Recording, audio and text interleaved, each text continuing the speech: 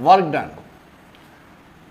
तो let we have a body of finite mass. मेरे पास क्या है, एक बॉडी है जिसका मास है m, ठीक।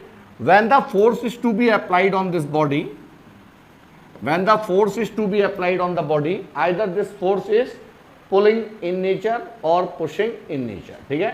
दो ही टाइप के फोर्स हैं, फोर्स या तो पुलिंग होगा या pushing. when the force is to be applied on the body of mass m, this body displaced from one position to the other, means by the applying finite magnitude of the force on the body displaced from one position to other position, the work set to be done। Simple एक line में क्या है, जब हम किसी body के ऊपर force लगाएंगे तो बॉडी क्या हो जाएगी हमारी, body will displace from one position to other position, that means the work said to be done. तो अब देखो हमारे पास क्या आएगा, work done is equal to force into displacement, force into displacement, ठीक है। अब पॉइंट टू बी नोटेड, एक एक पॉइंट नोट करना है। वर्क डन कैसी क्वांटिटी है, work done that is the scalar quantity and force that is the vector quantity, displacement that is the again vector quantity and the product of two vector quantities gives a scalar quantity in the result. Quantity क्या मिल रहा है, product of two vector quantity gives a result as a scalar, that's why the product is scalar। तो हम क्या लिखेंगे बेटे, f vector dot s vector, this is the vector representation।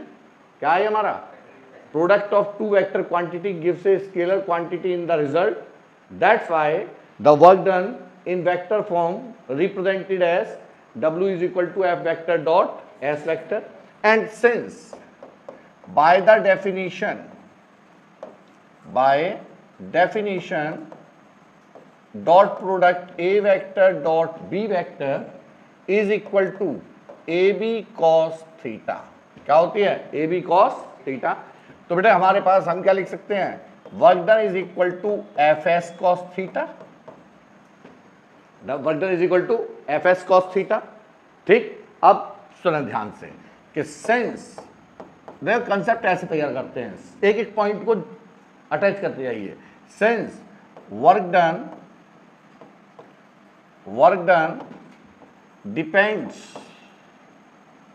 Depends on cos theta, किसके ऊपर depend है, cos theta, यानी कि थीटा किसके ऊपर डिपेंड है, एंगल के ऊपर। तो यहां पहले लिख दे रहा हूं मैं, थीटा किसका है, नोट करके यहां लिखते हैं, यहां theta is angle between force vector and displacement vector, तो बेटा cos theta पहला केस लिया मैंने, डिपेंड ऑन cos theta। तो case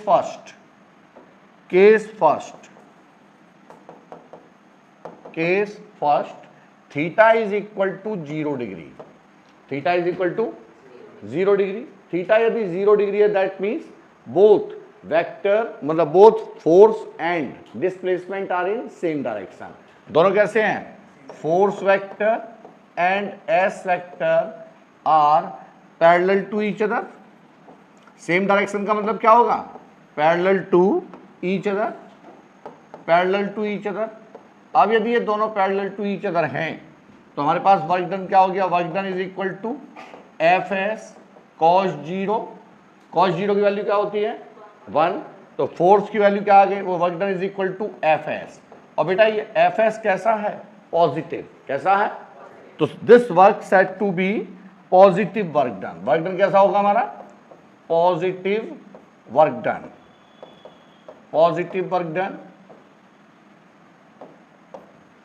means both the vector, force vector means जो हम फोर्स लगा रहे हैं ये इस डायरेक्शन में लगाया और बॉडी भी किस डायरेक्शन में मूव कर रही है, इसी सेम डायरेक्शन में।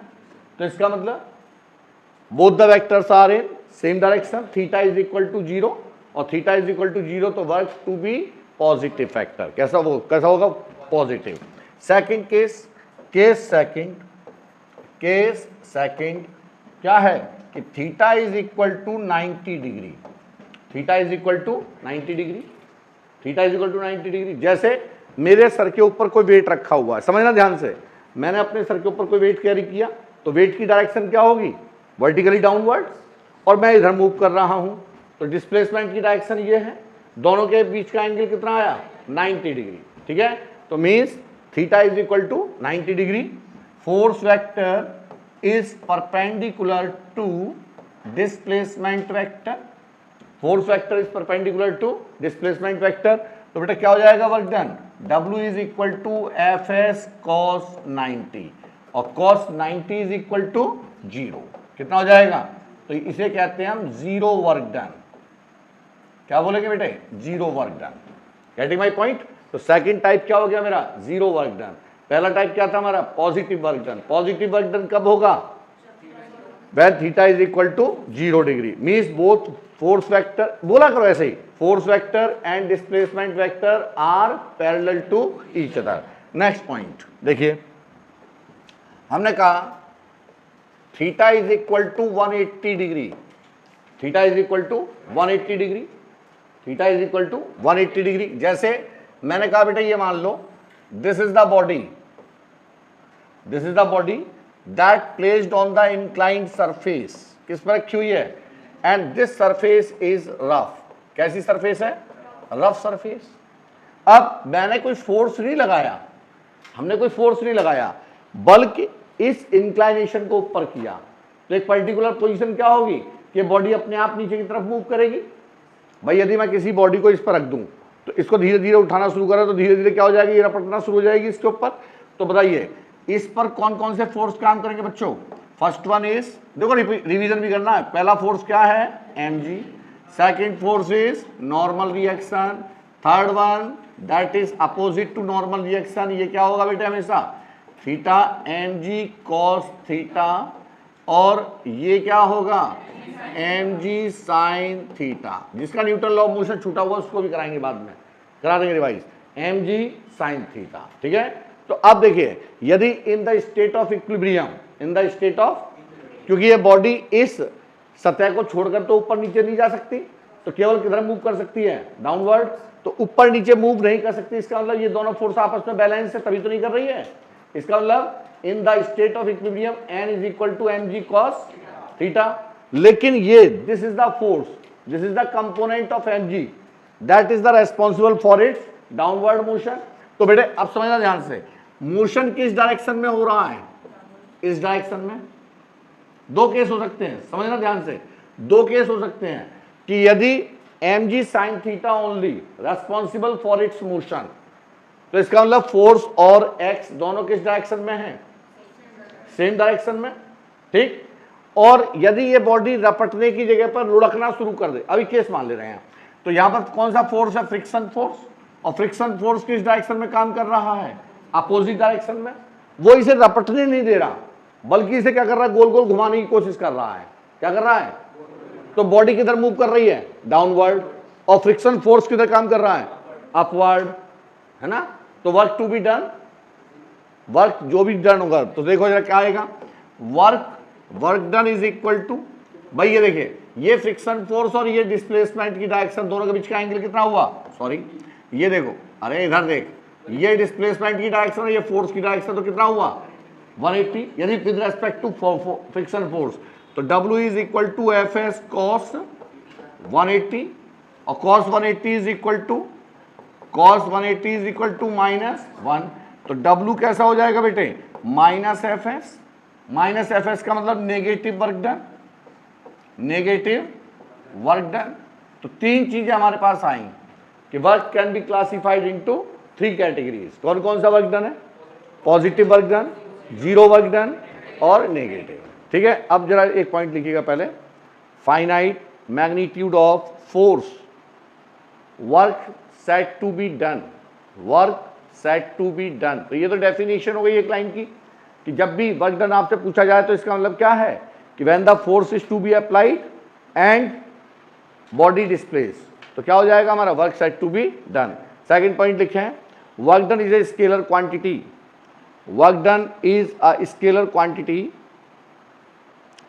and measured, MEA, and measured, work done is a scalar quantity and measured in joule, in MKS system, and in ERG, and in ERG, in CGS system, and 1 ERG is equal to 1 ERG, how much? 10 to the power minus 7 joule. कितना होता है बेटे?